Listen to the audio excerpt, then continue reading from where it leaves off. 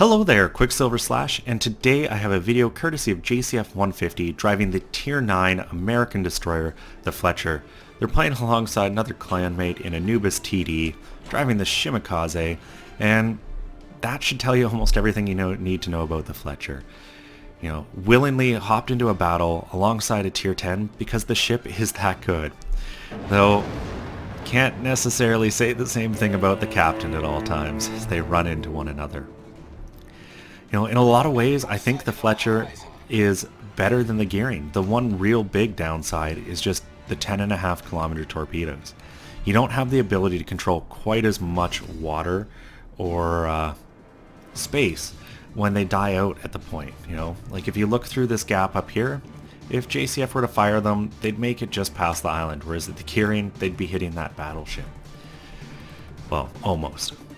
So that's kind of the big difference, but as just a raw gunboat, if you know how to drive this thing, she is amazing. Torpedoes astern. So you can see Anubis and JCF have both gone in to contest B, kind of doing their main destroyer role. They're getting up front early, they've spotted a lot of torpedoes, and they're making sure this enemy team hasn't taken the cap. You can see that huge spread of Shima torpedoes going towards the battleships and cruisers down to the south, and there's the Fletcher's Tier 10 competition, a gearing. And just look at the great rate of fire from these guns. It's exactly what you expect out of an American destroyer. They're a bit lofty, which can make, even at 6 kilometers, it difficult to hit some things. And, well, the gearing pops smoke, though it looks like they're probably going to continue on. I think that was more a smoke and run than to sit in. But we'll know soon enough, because right now the enemy is still capping Bravo, and if that stops, the gearing's left. If not, the gearing's probably sitting right at the very edge of cap, and hopefully JCF's torpedoes hit him. Now, looking at what the team is doing, most have seemed to push down towards this Charlie area. Whereas you got one destroyer and cruiser in the north, a couple enemy battleships, so you outnumber them battleships in the south. You're going to have to make a big push down here if it's going to count. This is kind of where the fight's going to happen, I think. The one exception being, it seems 3 of the battleships have kind of just stopped in the middle of the map. Torpedoes to starboard. And unfortunately, things are pretty even so far. Friendly Benson just got took out by the Neptune torpedoes. Fortunately for JCF here, manages to get around those. And really just got to be looking for the best way to inflict some serious damage here on this Iowa and Kurfürst. And I'm not 100% sure if those were actually aimed at the Zau, or that's another one of those targeting errors, because right away the Iowa gets targeted. He pops smoke and goes to town doing what American destroyers do great. You'll also notice though, JCF hasn't come to a stop yet. It's come down to a quarter speed, because as long as you're below 15 knots, you're going to remain within those smoke bubbles as they pop, so he stretches out a wall. And I'm just going to zoom out, and hopefully you can kind of see that stretch out behind him, and really provide cover for more ships than just himself. And between all those Shima torpedoes and his own, there's some damage going out there. You can pretty much guarantee that the Iowa has burnt their damage control. And you'll notice JCF's alternating his volleys a bit. And I'm pretty confident he's doing that just trying to light fires. Both that Kurfürst and the Iowa have probably used their damage control, so a fire is going to stick in this situation. The other thing I think he got going just in time was that Kurfürst was getting close to detection range. You saw his engines come up, and only a second or two later he got detected. And oh my god, that hurt. Those are just, it's one of the things you got to pay attention to, especially with those high-tier German battleships, because if they have that hydro, they've got the secondary power to absolutely wreck you. And he fires off the one set. Unfortunately, the second got stunned, so the timer was reset, and this is a bit more hopeful of a torpedo volley, because 100% that Kurfürst has their hydroacoustic search up. So if it hits, this one's entirely on the Qckslvrslash because he should have lots of warning about what's coming their way. And it looks like one may still stick, and I think that just comes down to the Qckslvrslash was not going that fast, so they just didn't have the rudder authority to dodge all those. And it gets the flood, which is the real big key there, because if you watch in the top corner, it's ticking up, or at least it was. Unfortunate that the Qckslvrslash cooldown already came back, but that Minotaur should be able to make some quick work and finish off a battleship, because if you look at the rest of the game, things aren't going so well for JCF and Anubis' team. They're down 4 ships to 2. They're about to claw one of those back. And they've still got A, but the enemy managed to take B. Now, a friendly BB and Anubis have gone in to counter that. But A's not giving them any points because, well, the one DD that was up there just drove out, and now the enemy is taking it back. So it's at points like this in the game that you really have to kind of make an assessment. How are you going to come back and get a win? Now, yeah, it's only one ship, but both teams are pretty spread out. And you can see Anubis up helping that friendly BB against the Bismarck. JCF looks to put torpedoes at this Iowa, and just kind of predicts that maybe that Iowa is going to come up in speed and push past that edge of land. You know, there was no shot based on the actual lead. You never really know, and that's the only place he had to put torpedoes, so you might as well put them in the water. A very quick reload on the Fletcher's torpedoes, and, you know, you might as well get something in the water. It could work out. You can see the friendly Tirpitz, you know, went for the last ditch torpedo attack on the Bismarck, and, well, only one hit, which means that Tirpitz is about to be wiped off the game, and, well, that's going to spell just one more ship they've got to come back from.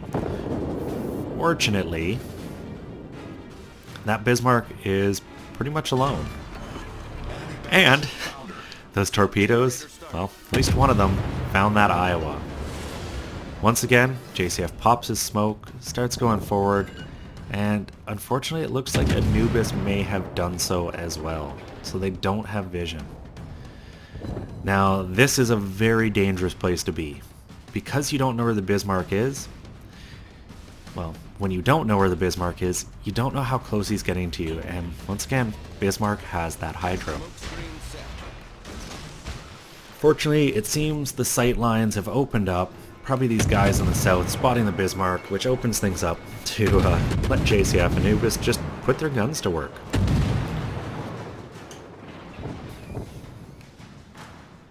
And so far, those torpedoes are looking pretty good.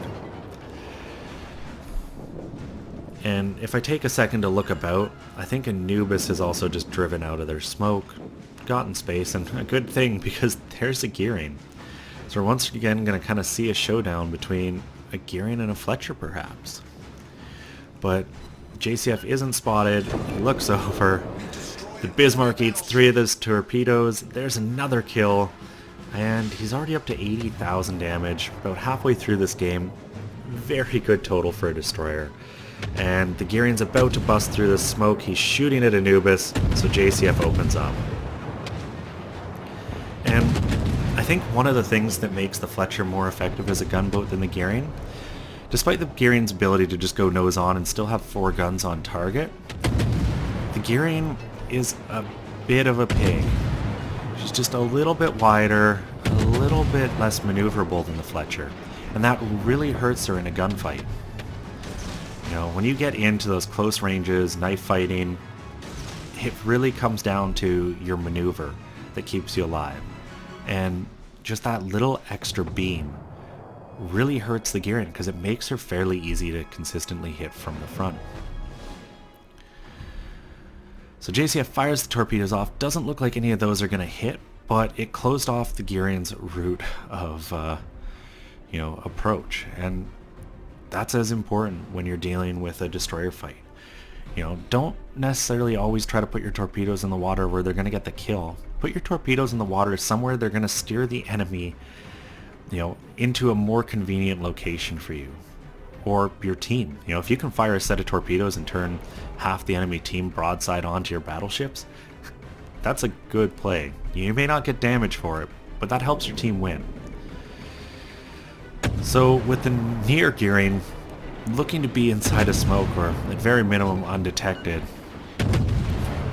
Qckslvrslash opens up on Andra, and you can see using AP, got some effective damage in. It's a bit of a shame he disappeared, because one more volley there, I think Qckslvrslash could have had it, but Anubis finishes him off, and it's one fewer ship to deal with, and the tides have kind of turned. Well, Qckslvrslash's been busy dealing with his Paragearians and the Bismarck. The team's kind of crawled back, and I dare I say in the lead. They're about to take A, so they're going to have 2 caps to the enemy's 1. B is being contested by Anubis and Qckslvrslash, so the enemy team is not getting points anymore. And that gearing is on fire. It looks to have stuck because of some earlier damage. So this is probably going to be good. And look how much lead Qckslvrslash is having to give just to hit that gearing at 8 kilometers. And that's definitely one of the downsides of these American destroyers. But when you know what you're doing and how to aim, you're going to get the shots in. So Qckslvrslash picks up a 3rd kill, 92,627 damage. There's only 3 ships left on the enemy team. They're capping out the final point. This one is looking in the bag. That said, there's still a lot of damage to be done, and a Neptune can do a lot of damage, so can a Rune, especially if they've got some spotting. But that Rune and Neptune are in a very awkward place in that they're up against a lot of destroyers. And that can be very difficult late game, and why it's so important in the early game to focus your shells in on just killing the destroyers.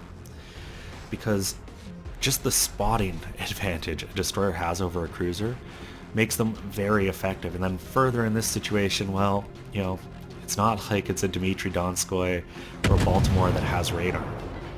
The Rune's got Hydro, so that can help, as does the Neptune, but they're not really spectacular destroyer hunting ships.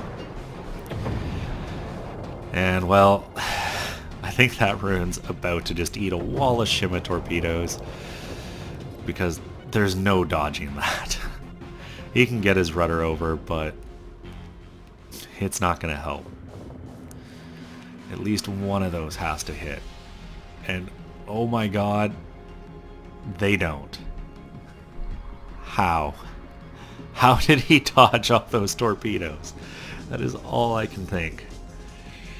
And, well, now you've got a decision. You've got a Rune on 6,000 hit points, a Neptune, 30,000. And you're stuck right in between. If Qckslvrslash fires right now, that's 2 cruisers with pretty decent rate of fire guns very close. Now he does have the smoke, and from the looks of it, he might have detection from that gearing and his teammate Anubis.